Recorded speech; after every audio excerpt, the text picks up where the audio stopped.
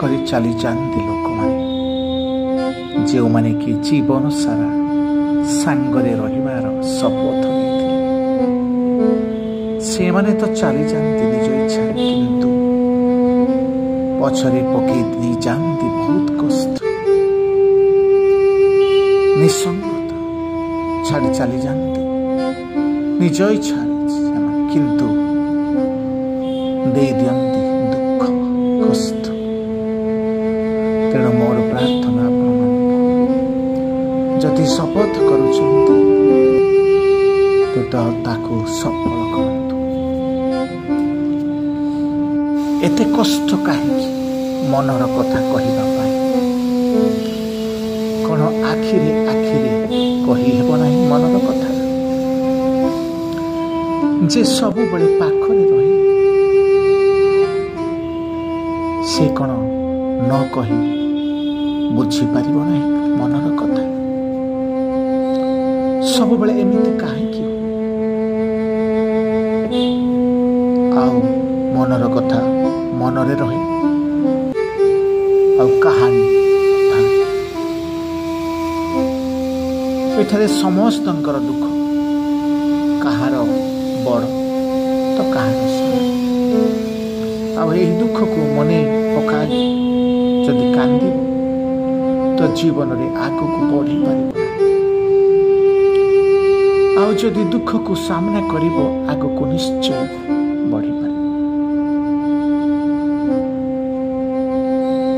ଆଉ ସେତେବେଳେ ଏ ଦୁନିଆ ତୁମକୁ ନିଶ୍ଚୟ ମନେ ରଖିବ। ହଁ, ଦୂର ତ ବହୁତ, କିନ୍ତୁ ତୁମକୁ ହିଁ ମୁଁ ମନେ ପକାଉଛି। ଆଉ ତୁମ କଥା ସତରେ ତୁମ ବିନା ବଞ୍ଚିବା ଭାରି କଷ୍ଟ ଲାଗୁଛି, ତୁମ ବିନା ବଞ୍ଚିବା। କେବଳ ତୁମ କଥା ମନେ ପକାଇ ମୁଁ ଆଜି ବଞ୍ଚିଛି। ତେଣୁ ଅନୁରୋଧ, ଆସ କେତେବେଳେ କିଛି ବାହାନା କରି। ଏଠାରେ ସବୁ ତ ଅଛି, ମାତ୍ର ତୁମ ବିନା ସବୁ ଅଧୁରା।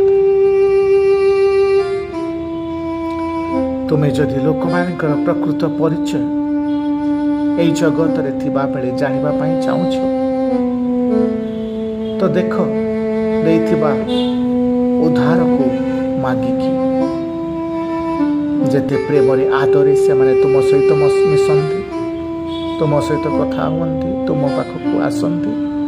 ଆଉ ଯେତେବେଳେ ତୁମେ ସେମାନଙ୍କୁ ତୁମର ଉଦ୍ଧାର ମାଗିବା ଆରମ୍ଭ କରିବ, ସେହି ସମୟରେ ଦେଖିପାରିବ ଠିକ୍ ତାର ଓଲଟା।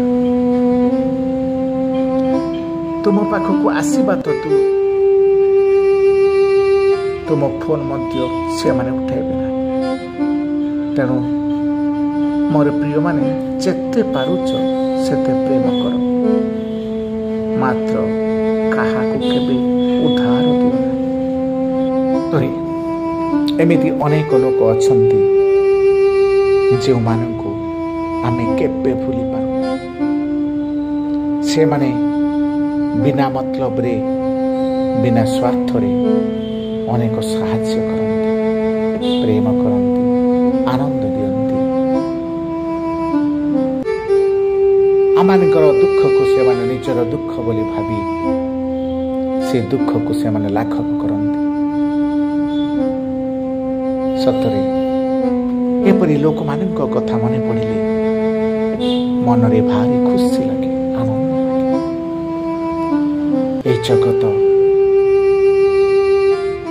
ଏପରି ହୁଅନ୍ତା ନାହିଁ, କେବଳ ଆନନ୍ଦ ଆଉ ଆନନ୍ଦରେ ଭରିଯାଆନ୍ତା। ଆମେ ସମସ୍ତେ ଖୁସିରେ, ଆନନ୍ଦରେ ପରସ୍ପରକୁ ଭଲ ପାଇ, ପରସ୍ପର ସହିତ ସୁନ୍ଦର ସହଭାଗିତାରେ, ଆନନ୍ଦରେ ମିଶି ରହନ୍ତେ ନାହିଁ। ଏପରି କ'ଣ ହେବ ନାହିଁ? ସତରେ ତୁମେ ତୁମର ଭଲ ଖୋଜ, ତୁମର ଖରାପ ବିଷୟ ଖୋଜିବା ପାଇଁ ଲୋକେ ଅଛନ୍ତି। ଯଦି ପାରୁଛ ତୁମ ତୁମ ପାଦ ଆଗକୁ ରଖ, ପଛକୁ ଭିଡ଼ିବା ପାଇଁ ଅନେକ ଅଛନ୍ତି। ଯଦି ପାରୁଛ ବଡ଼ ସ୍ୱପ୍ନ ଦେଖ, ଆଉ ତୁମକୁ ନିଚ ଦେଖିବା ପାଇଁ ତ ଲୋକେ ଅଛନ୍ତି। ଆଉ ଯଦି ପ୍ରେମ କରୁଛ ତ ନିଜକୁ ଆଉ ପରମେଶ୍ୱରଙ୍କୁ କର। ଘୃଣା କରିବା ପାଇଁ ତ ଲୋକେ ଅଛନ୍ତି।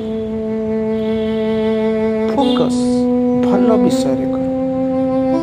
ଯେତେ ଭଲ କରିପାରୁଛ ସେତେ କର, ଆଗକୁ ବଢ଼।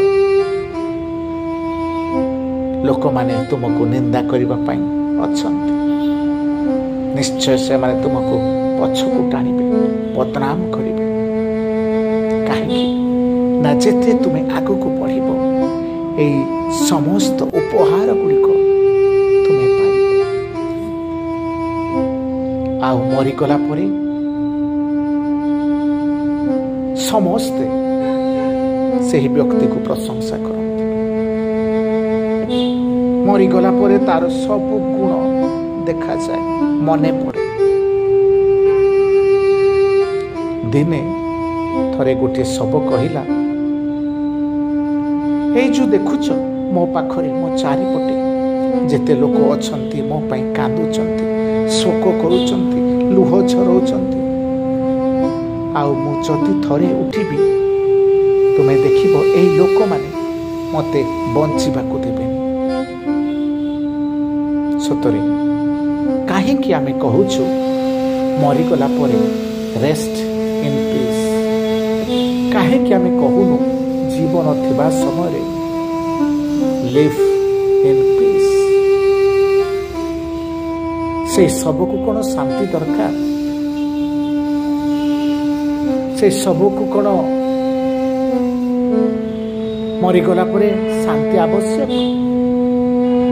ତେବେ ଆମେ କାହିଁକି କହୁ ମରିଗଲା ପରେ, ହେ ପ୍ରଭୁ ଏହି ବ୍ୟକ୍ତିଙ୍କୁ ଶାନ୍ତି ଦିଅ, ଏହାଙ୍କର ଆତ୍ମାକୁ ସଦ୍ଗତି କର, ଆନନ୍ଦ ଦିଅ। ଆଉ ଏହି କଥା ଯଦି ଆମେ ଜୀବନରେ ଥିଲାବେଳେ କହନ୍ତେ କେତେ ସୁନ୍ଦର ହୁଅନ୍ତା। ବଞ୍ଚିଥିବା ସମୟରେ ଜଣେ ବ୍ୟକ୍ତିଙ୍କୁ ଆମେ ଚିହ୍ନିବା ଦରକାର, ବୁଝିବା ଦରକାର। ମରିଗଲା ପରେ ନୁହେଁ। ତେଣୁ ଜୀବନ ଥାଉ ଥାଉ ନିଜର ଆଚ୍ଛା କରିବା ପାଇଁ ଚେଷ୍ଟା କର। ପୁଣି ସାମ୍ନାରେ ଥିବାର ଲୋକଙ୍କର ଆଚ୍ଛା କରିବାକୁ ମଧ୍ୟ ଚେଷ୍ଟା କର। ଦେଖିବ ଏହି ପୃଥିବୀ ଏକ ସୁନ୍ଦର ପୃଥିବୀରେ ପରିଣତ ହେବ।